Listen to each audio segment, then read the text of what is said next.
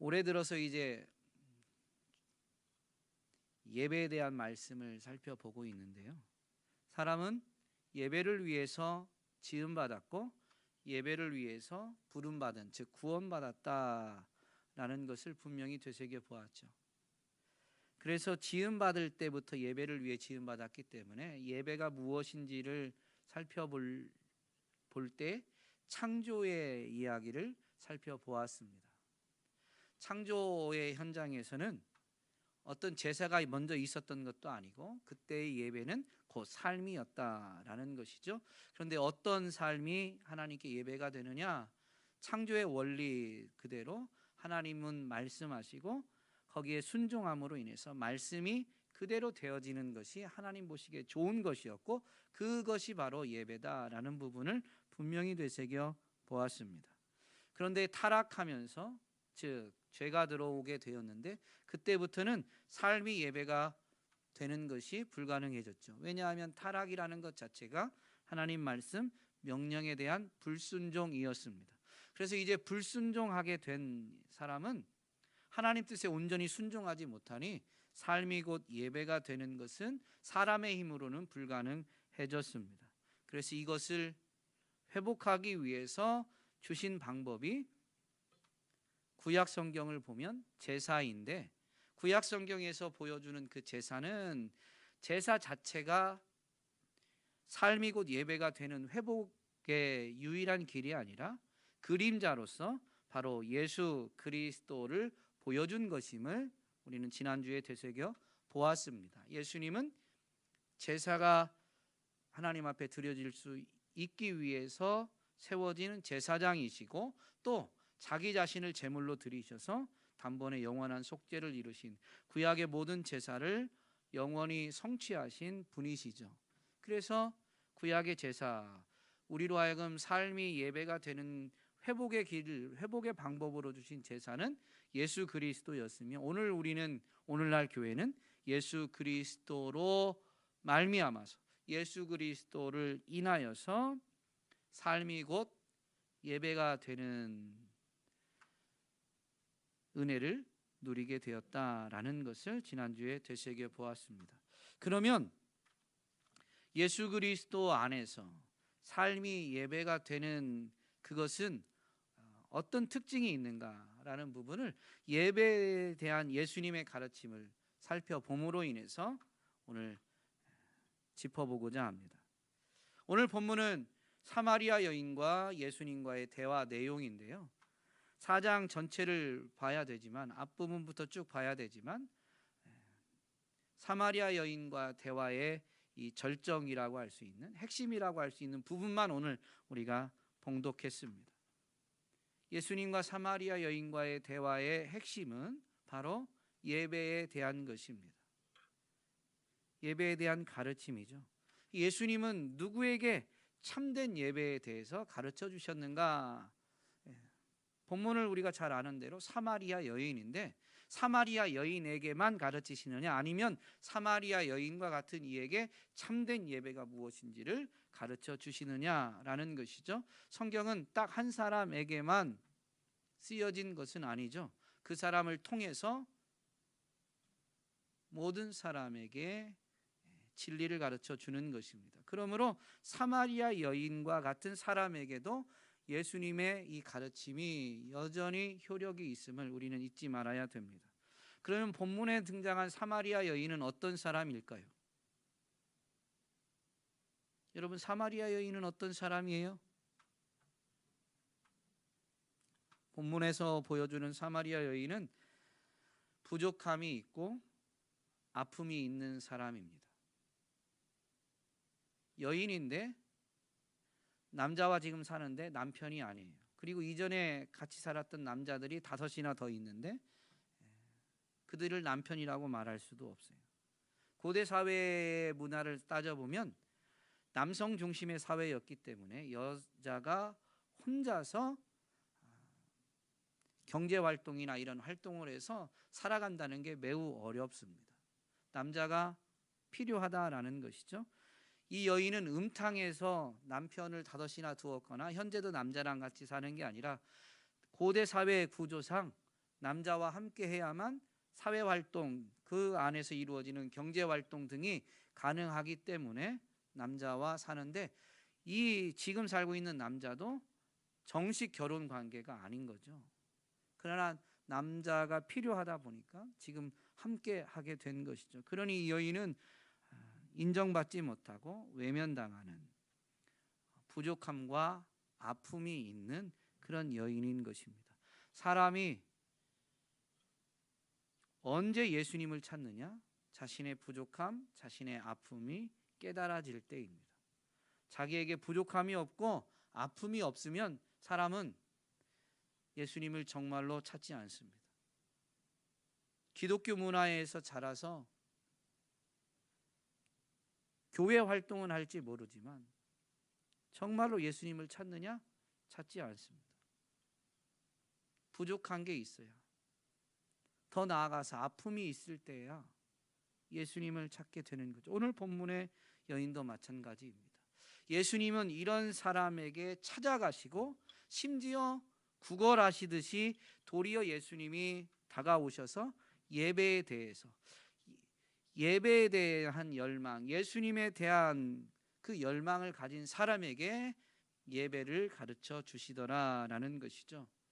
예수님이 먼저 찾아오셨다라는 것을 본문 요한복음 4장에서 알 수 있는 부분은 4절에 보면 이렇게 기록하고 있죠. 사마리아를 통과하여야 하겠는지라. 3절에 보면 유대를 떠나사 다시 갈릴리로 가실새, 예수님의 지금 이 이동하는 목적지는 갈릴리입니다. 유대 지역에서 갈릴리로 가고자 하시는 것인데요. 4절은 뭐라고 하냐면 사마리아를 통과하여야 하겠는지라, 즉 반드시 사마리아를 통과하셔야 된다라는 것이죠. 그런데 당시 유대인들이 유대 지역에서 갈릴리로 갈 때 사마리아를 통과하는 길밖에 없었느냐? 그렇지 않아요. 사마리아를 통과하거나 우회해서 가는 길이 있었습니다. 그리고 대부분의 유대인들은 우회해서 갔어요. 사마리아 사람들과는 거의 오늘 본문에도 나오지만 견원지간이에요. 서로 상종하지 않아요. 그래서 굳이 사마리아 지역을 통과하려고 하지 않았습니다. 그런데 예수님의 행보를 뭐라고 설명하냐면 사마리아를 통과하여야 하겠는지라. 이것은 예수님의 의지가 담겨져 있는 행보입니다. 의도적으로 반드시 사마리아를 찾아가신 것이죠. 그러면 왜 사마리아를 찾아가셨느냐? 본문에서 보여주는 것처럼 수가성에서 이 여인과 만나기 위함이었고, 만나서 무엇 하시려고 하셨느냐? 대화하시는 것이죠.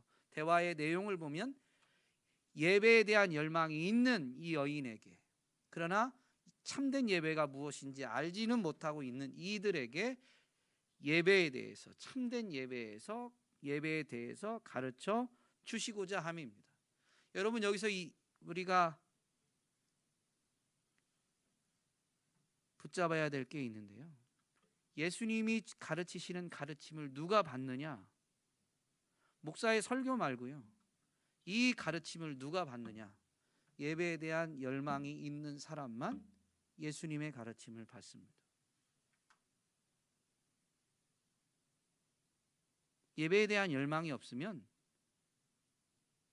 울리는 꽹과리에 불과해요.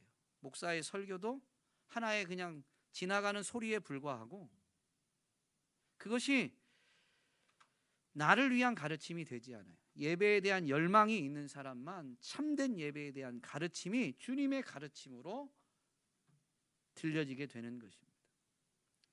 이렇게 수가성까지 오신 예수님은 사실 제가 조금 전에 표현할 때 구걸하듯이 찾아오셨다라고 했는데요.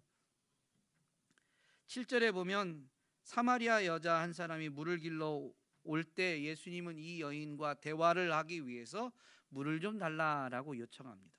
근데 물 달라고 한 게 뭐 그렇게 구걸까지인가라고 생각하실지 모르지만 여인의 반응을 보면 분명히 알 수 있죠.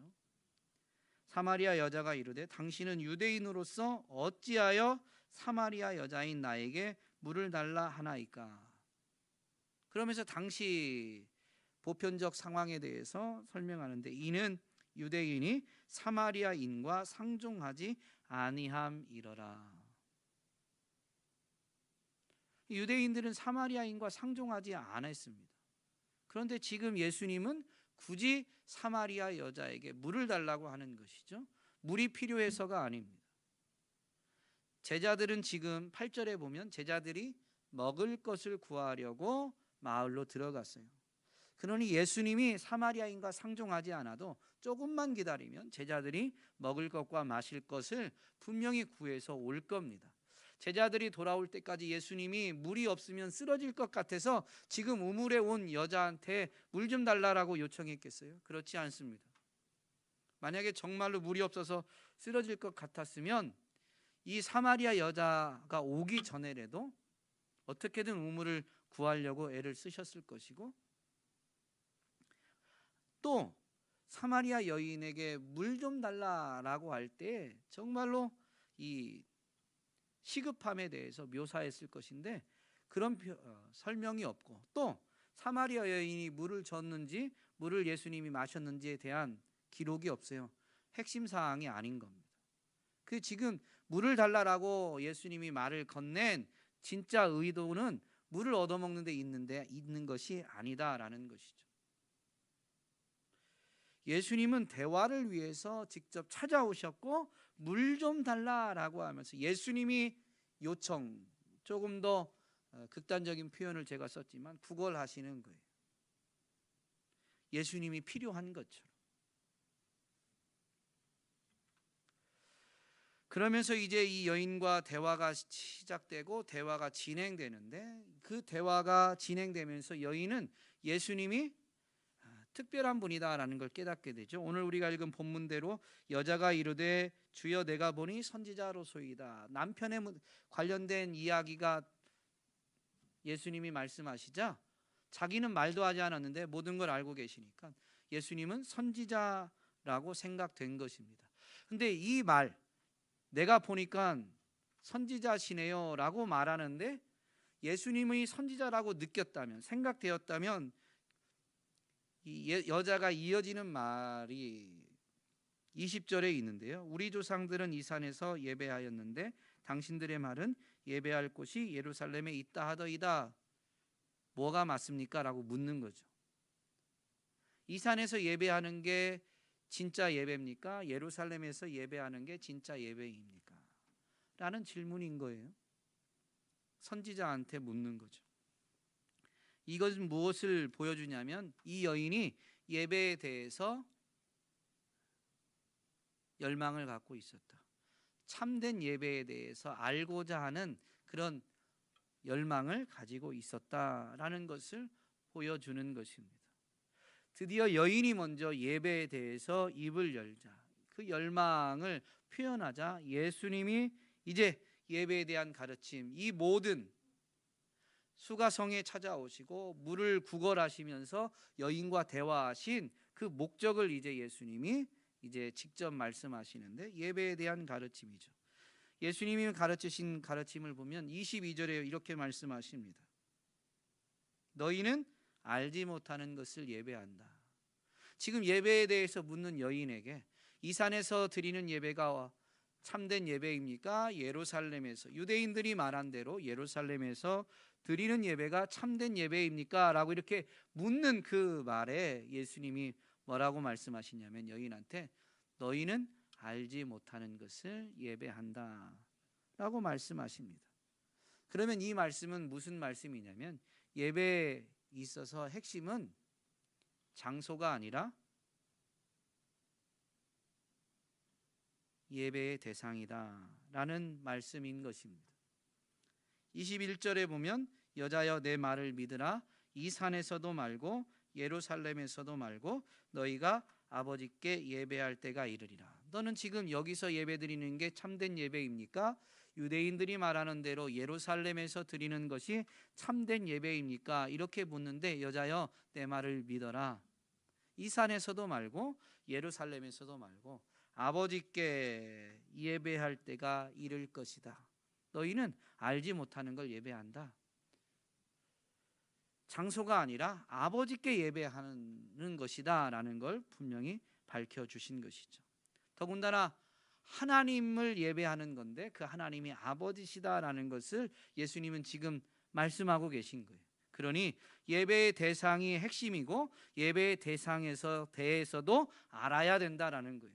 너희는 알지 못하는 것을 예배한다라고 말씀하셨으니, 지금 이 산이라고 말한 그 사마리아 지역에 있는 산은 그리심산입니다. 그리심산에서 예배하든 예루살렘에서 예배하든, 즉 사마리아인이 예배하든 유대인이 예배하든 그들은 다 지금은 서로 상종하지 않는 견원지간이지만 이스라엘 민족이었습니다. 사마리아인들이 이방 민족과 혼혈이 되고 또 그로 인해서 이방의 우상들이 이 여호와 신앙, 유일신 신앙에 스며들어서 혼합주의가 되었지만, 그럼에도 불구하고 사마리아인들이 예배한 예배의 대상은 여호와 하나님이셨습니다. 유대인들도, 예루살렘에서 예배하는 유대인들도 여호와 하나님께 예배하고 있는 거예요. 그런데 예수님은 뭐라고 하냐면 알지 못하는 것을 너희가 예배한다. 여호와 하나님께 예배하지만 너희는 알지 못하고 예배한다는 거예요.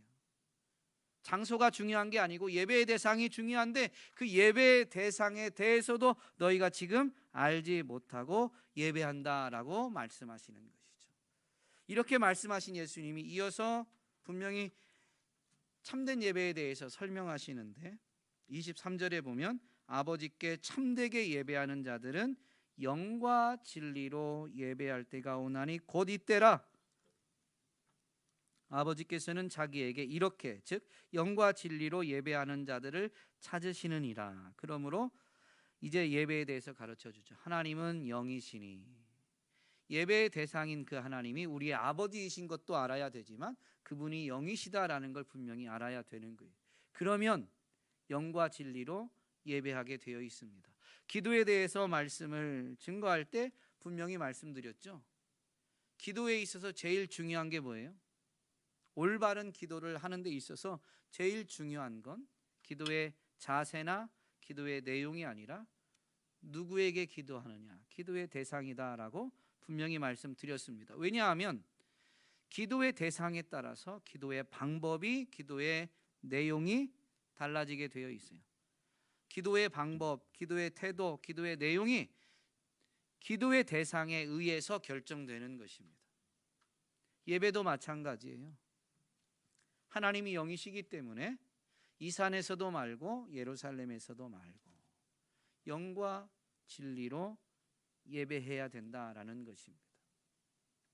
하나님은 영이시다라는 것이 무슨 의미냐면 시편 139편 저자가 분명히 이걸 고백했는데요. 시 139편 7절로 10절 말씀해 보면 이렇게 고백합니다.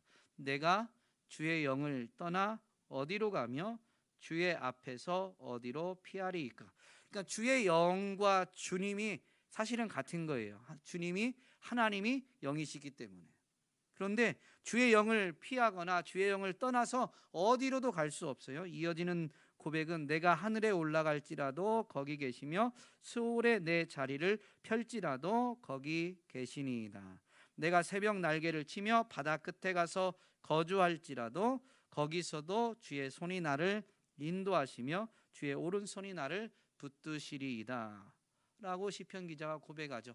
하늘, 사람의 영역이 아닌 영적인 영역, 하늘에도 영이신 하나님이 분명히 계시고 땅 중에서도 사람이 살 수 없는 이 물, 바다, 그 바다 끝이라도 사람의 영역이라고 일컬어지는 이 세상, 그 더구나 사람이 살기 어려운 그곳이라고 할지라도 사람은 거기 올 수 없죠. 바다 끝에. 그럼에도 불구하고 거기에 주님이 계시다라는 것을 분명히 말하며, 심지어 땅 아래 스올, 이 스올은 죽은 자의 세계를 일컫는 구약의 표현입니다. 거기에도 주님이, 주의 영이 계신다라는 것을 분명히 고백하죠. 이게 하나님이 영이시다라는 것의 의미입니다. 지난주에 교리문답을 통해서 하나님은 누구신가, 하나님은 어떤 분이신가 라는 것을 우리가 살펴보았는데요. 그 교리문답을 한마디로 요약하면 하나님은 영이시다라는 것이고, 그 영이시다라는 것의 특징을 존재와 능력에 있어서 무한하시고 영원하시다 라고 설명했습니다. 그게 영이시다라는 것의 의미, 특징이에요. 그러므로 하나님이 영이시다라는 것을 알면 여기서 예배해야 된다, 저기서 예배해야 된다라는 생각을 갖지 않죠. 하나님 예배당에도 계시고 우리 가정에도 계시고 어디에나 계시다라는 것입니다. 그 하나님께 우리는 예수 그리스도의 이름으로 나아가죠. 그러므로 오늘날 우리는 예수 이름으로 모이는 교회에서 올바른 예배를 드리게 되는 것입니다. 저는 이 예배당을 말한 게 아니에요. 교회에 대해서 성경이 가르치는 성경의 정의를 살펴본 대로 예수 이름으로 두세 사람이 모이는 곳이 교회입니다. 그리고 그렇게 주의 이름으로 모인 곳에서 예배가 드려질 수 있는 것이지, 그리심산이나 예루살렘이나 이 세운 빌딩 4층 402로 예배당이 아닙니다. 여기서도 예배가 가능한 건 우리가 주의 이름으로 모여서 교회를 이루었기 때문에 예배가 가능한 것이지, 건물이 있기 때문에 그런 것이 결코 아니다라는 것이죠. 또 예수님은 분명히 예배의 대상이 우리 아버지이심을 증거하시죠. 하나님이 우리 아버지시고 그분께 예배하는 것이다 라는 이 가르침은, 여러분, 너희는 알지 못하는 것을 예배한다라는 것이 하나님이 아버지시다라는 것이 이론이 아닙니다. 그분이 우리의 아버지가 되셔야 되는 거죠. 그러므로 알지 못하는 것, 즉 성경에서 말하는 예수님이 예배에 대해서 가르치실 때 아는 것은 정보가 아닙니다. 정보를 얻은 것이 아니에요. 관계를 맺는 것입니다. 예수님이 하나님 나라를 가르치실 때 분명히 이렇게 가르치십니다. 나더러 주여 주여 하는 자마다 다 천국에 들어갈 것이 아니요. 예수님이 주가 되신다라는 것을 알고 입으로 예수님을 주여 주여라고 부르는 자들이 다 천국에 들어가는 것이 아니다라는 것이죠. 다만 하늘에 계신 내 아버지의 뜻대로 행하는 자라야 들어가리라. 그날에 많은 사람이 나더러 이르되 주여 주여 우리가 주의 이름으로 선지자 노릇하며 주의 이름으로 귀신을 쫓아내며 주의 이름으로 많은 권능을 행하지 아니하였나이까 하리니 그때에 내가 그들에게 밝히 말하되 내가 너희를 도무지 알지 못하니 불법을 행하는 자들아 내게서 떠나가라. 사람들이 예수 이름을 말하고 예수의 이름으로 일도 많이 행합니다. 능력도 베풀고 귀신도 쫓아내고 많은 일들을 행하지만 예수 이름을 말하고 예수 이름으로 어떤 행동을 했다라고 해서 그게 예수님을 아는 거냐? 아니다라는 거예요. 하나님과의 관계를 맺는 것이 내 아버지의 뜻대로 행하는 그 예수님 안에 있는 관계를 맺는 것이 하나님을 아는 것이고 하나님이 또한 우리를 아는 것이다 라는 의미인 것입니다. 그러므로 성경에서 이 안다라는 것은 관계를 맺는다는 것이고, 관계를 맺는다는 것은 다른 용어로 바꾸면 구원을 받는다는 것이고 영생을 얻는다라는 것입니다. 영생은 곧 유일하신 참 하나님과 그가 보내신 자 예수 그리스도를 아는 것이다 라고 요한복음 17장 3절에서 분명히 가르쳐 주죠. 이 아는 것, 관계를 맺는 것이 바로 영생을 얻는 것과 같은 의미로 사용됩니다. 그리고 이렇게 우리가 잘 아는 대로 이것이 구원을 받는 것인데, 구원받는다라는 것을 관계적 용어로 바꾸면 우리가 하나님의 자녀가 된다는 거죠. 요한복음 1장 12절 말씀해 보면 영접하는 자 곧 그 이름을 믿는 자들에게는 하나님의 자녀가 되는 권세를 주셨다라고 분명히 가르쳐 줍니다. 그러므로 아는 것, 관계를 맺는 것은 결국 하나님의 자녀가 되는 것입니다.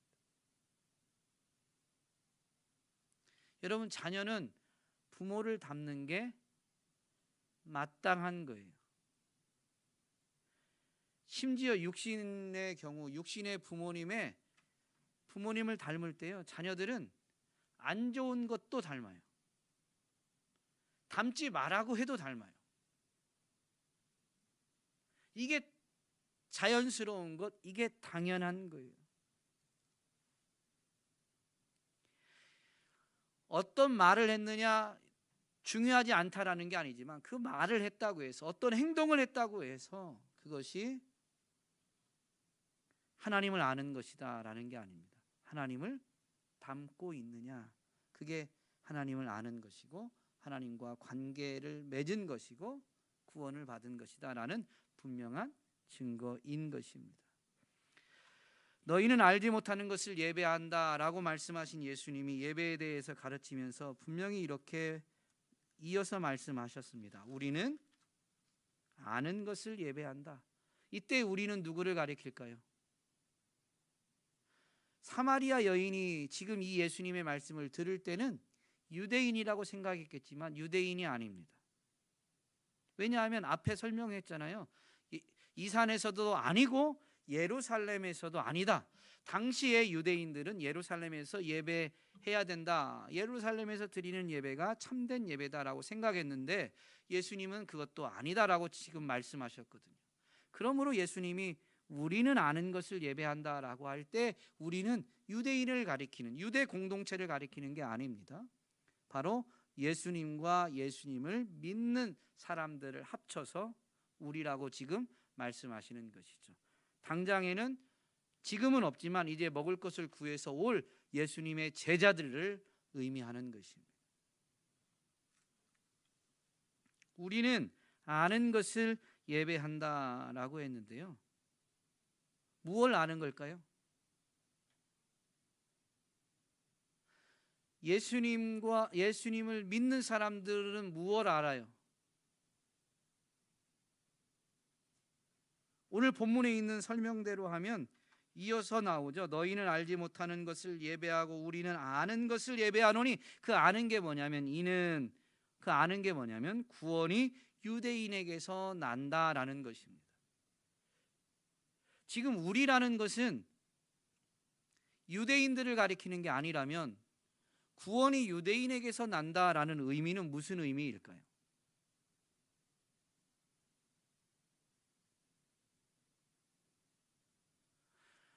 구원을 가져다 주는 메시아, 즉 그리스도, 구원자가 유대인에게서 나온다라는 의미입니다. 유대 민족에게서 나온다라는 의미입니다.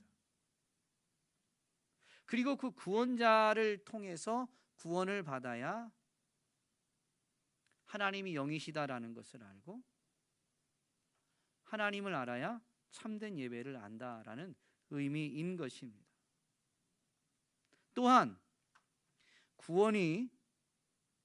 구원자가 아니라, 예수님 말씀은 구원이 유대인에게서 난다라고 했으니, 여러분 이 구원자를 사람들이 믿음으로 구원받죠. 여러분 예수님이 구원자다라는 것을 여러분은 어떻게 해서 믿게 되었어요? 말씀으로. 물론 누군가가 전해줬을 수도 있지만 그 출처는 결국 뭐냐면 말씀이에요.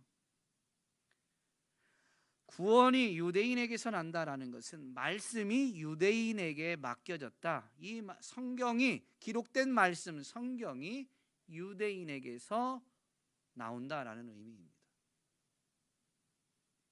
실제적으로 구약 성경은 유대인에 의해서 기록되어졌고 유대인에 의해서 후대에 물려지게 되었죠. 유대인에게서 나왔습니다. 이 두 가지는 합쳐져도 이상하지 않은 게, 예수님은 근본은 하나님의 본체시지만 사람의 몸을 입고 우리 가운데 오신 분이에요. 구약 성경 기록된 말씀은 사실 예수님에 대한 말씀이죠. 지난주에 타락한 사람들이 삶이 곧 예배가 되는 회복의 길로 주신 게 제사인데, 그것은, 제사는 그림자였고 제사가 보여주는 것은 사실 실체이신 예수 그리스도이심을 지난주에 히브리서 말씀을 통해 우리는 분명히 되새겨 보았습니다. 그러므로 이 구원자에 대한 기록이 성경, 구약 성경이다라는 걸 우리는 잊지 말아야 되는 것이죠. 이것은 예수님이 직접 설명해 주셨어요. 요한복음 5장 39절에 보면 예수님이 이렇게 가르치세요. 너희가 성경에서 영생을 얻는 줄 생각하고, 조금 전에 말씀드렸죠. 하나님을 아는 것은 하나님과 관계를 맺는 것이고 이것은 곧 구원을 받는 것이고 영생을 얻는 것이다 라고 설명드렸습니다. 예수님이 너희가 성경에서 영생을 얻는 줄 생각하고 성경을 연구하거니와 이 성경이 곧 내게 대하여, 예수님이 직접 하시는 말씀이시니 이 성경이 곧 예수님에 대하여 증언하는 것이다 라고 말씀하신 거예요.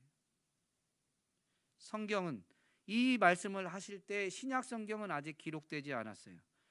예수님을 따라다니던 제자들이 나중에 예수님이 부활하시고 승천하신 이후에 예수님이 정말로 구원자시다, 예수님이 이 땅에 오셨다라는 게 복음이다 라는 것을 기록으로 남기게 된 것이 성경에 있는 복음서, 또 그 복음서가 교회에게 전해지면서 교회를 향한 복음대로 살 것을 또 사도들이 기록한 서신서가 신약 성경이 되죠.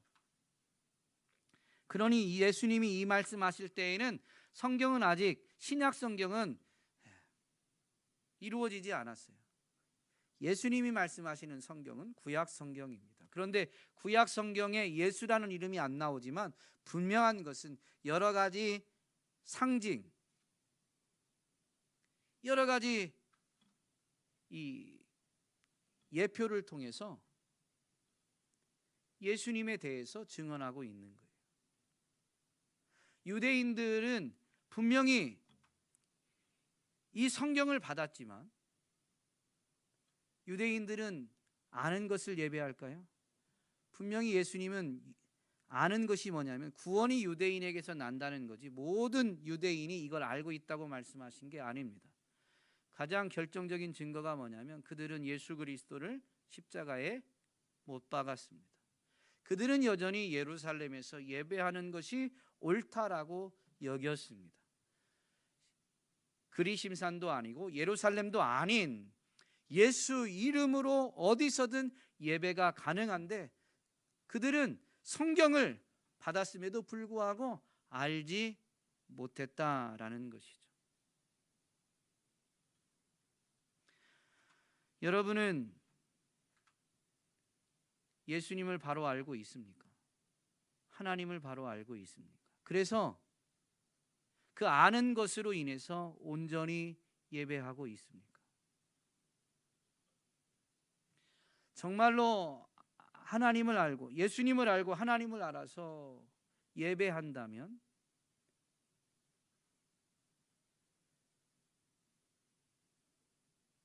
한 가지가 예배에서 빠지지 않을 거예요. 그게 뭐냐면 사마리아 여인과의 대화를 보면 물을 구걸하셨던 예수님이 이렇게 말씀하시죠. 왜 나한테 물을 달라고 합니까? 유대인이 어찌하여 사마리아인 나한테 물을 달라고 합니까? 여인이 반문하자 예수님이 4장 10절에 보면 이렇게 말씀하시죠. 내가 만일 하나님의 선물과 또 내게 물 좀 달라 하는 이가 누구인 줄 알았더라면, 네가 지금 물을 달라고 하는 그 사람 바로 예수 그리스도를 알았더라면 내가 그에게 구하였을 것이요. 무엇을 구했는지는 사실은 표현되어 있지 않지만 이어지는 말씀엔 분명히 나오죠. 그가 생수를 내게 주었으리라.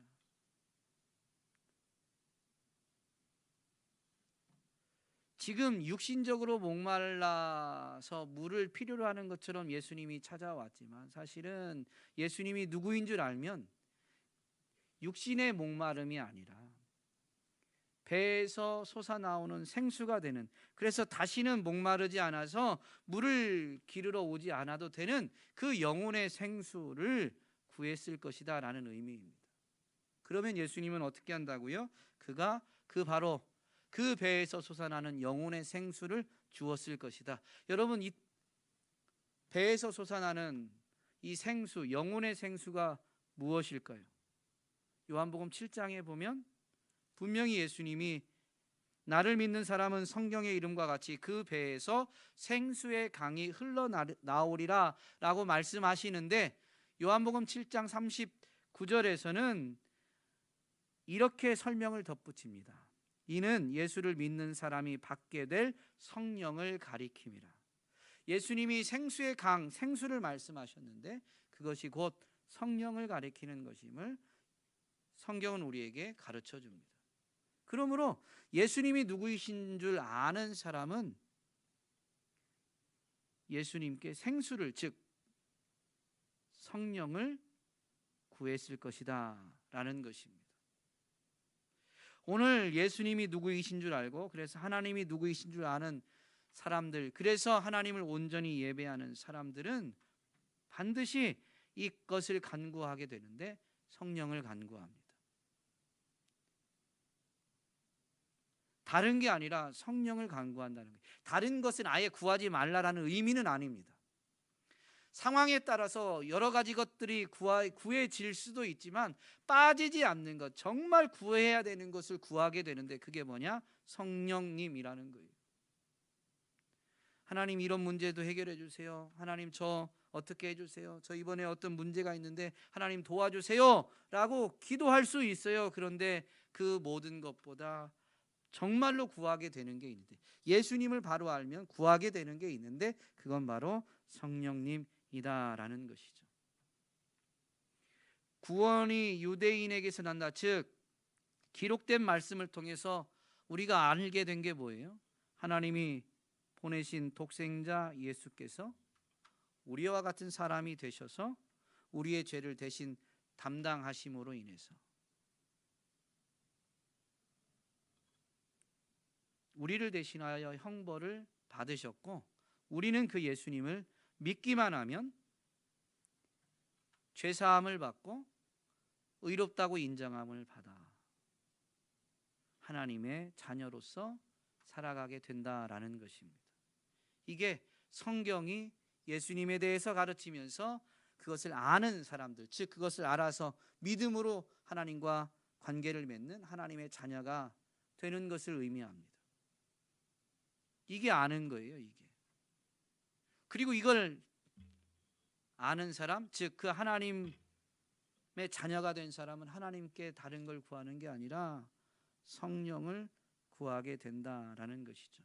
그러므로 올바른 예배에는 뭐가 있냐면 우리가 죄인이다라는 고백, 그리고 예수 그리스도의 대속으로 우리가 용서받았다라는 용서해 주신 은혜에 대한 감사, 또 여전히 우리를 용서해 주시니 지나온 삶을 보면 이미 용서받았지만 여전히 또 죄를 짓는 우리의 연약함을 우리는 예배의 자리에서 또 인정하게 되는데, 그 인정할 때마다 하나님이 변함없이 우리를 용서해 주시니 그 은혜에 대해 감사하면서 여전히 용서해 주시는, 여전히 우리를 사랑해 주시는 그 사랑의 하나님을 위해서 살고자 하는 결단이 있게 됩니다. 근데 그 결단대로 살지 못하니까 정말로 예수님을 아는 사람은 성령을 구하게 된다. 이 네 가지가 반드시 있게 됩니다. 다른 게 있는 게 아니에요. 오늘 우리는 정말로 하나님을 알고 예배하고 있는지. 오늘 설교 제목이 모르는 것은 독약이다라고 했는데요. 하나님을 알고, 예수님을 알고 하나님을 알고 예배하지 않으면 하나님을 우상으로 만드는 것입니다. 그러면 우리는 사실 하나님 여호와라는 이름을 부르고 예수라는 이름을 찾고는 있지만 우상 숭배할 수 있어요. 근데 여러분, 성경에서 가르쳐 주는 것처럼 하나님이 가장 싫어하시는 게 우상 숭배입니다.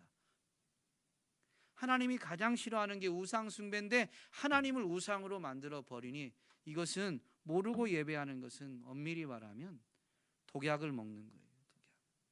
오늘 저와 여러분이 말씀을 되새기면서 정말로 하나님을 알고 온전히 하나님을 예배하게 되기를. 그래서 항상 우리가 죄인임을 고백하고 죄를 용서해 주신 은혜를 확인하고 그래서 그 은혜에 감사하면서 그 은혜 때문에 하나님을 위해서 살아가기를 결단하며 내 힘으로 안 되니 주님 위로부터 능력을 부어주세요. 주의 성령을 우리에게 충만히 부어주세요. 간구하며 나아가는, 그래서 하나님의 위로하심, 하나님의 도우심, 하나님의 능력을 체험하는 저와 여러분이 될 수 있기를 간절히 소망합니다.